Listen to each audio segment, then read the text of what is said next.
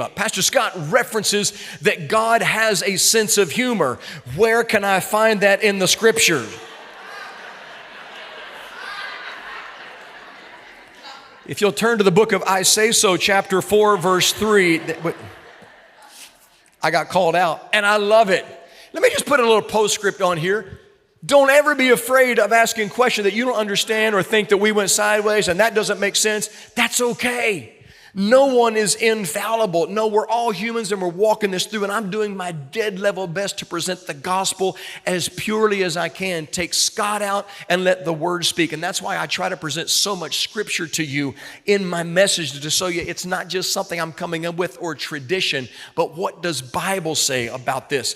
And so this is a great question. We talk about faith and fun is what we do here, and we serve a God who laughs. And so there needs to be some reference and there needs to be some backing behind that. It's a great question. Genesis chapter 1 verse 27 tells us this, that we're all made in the image of God. You're made in the image of God, I am as well. That means the emotions that you have in your life are God-given.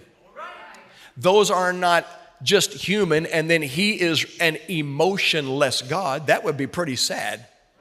No, we are and in His image. We have His likeness. We have those dispositions. Every emotion you have in your life is God-given except for fear.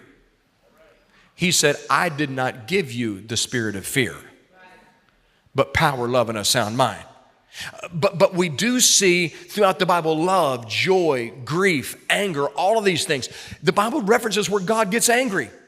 There is a time that where grace runs out and God looks at your enemy and said, I gave you time to back off, but you keep on playing with them and my anger is boiling, and God steps in with a wrath and an anger to deal with enemies in your life. Is anybody glad that God has a short fuse, that He deals with stuff? Yes, God says, I'm done with this, like let's go. God does that, and it's His anger that He says He attributes to that. So please understand that the joy that we have. In fact, Psalm chapter 16 verse 11 says this, here's my anchor for why I say God is a God of joy.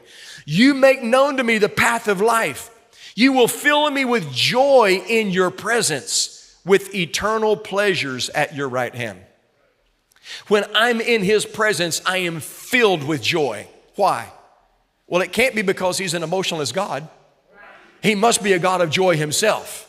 If I am filled with joy because I'm in His presence, that's pretty good stuff. And at His right hand, there are eternal pleasures. God is a giver. God is a God who laughs. He's a God of joy. He's a Father. And if I can love and laugh and joke and be cheesy as an earthly father, and I can, like really good cheesy, like I can go there.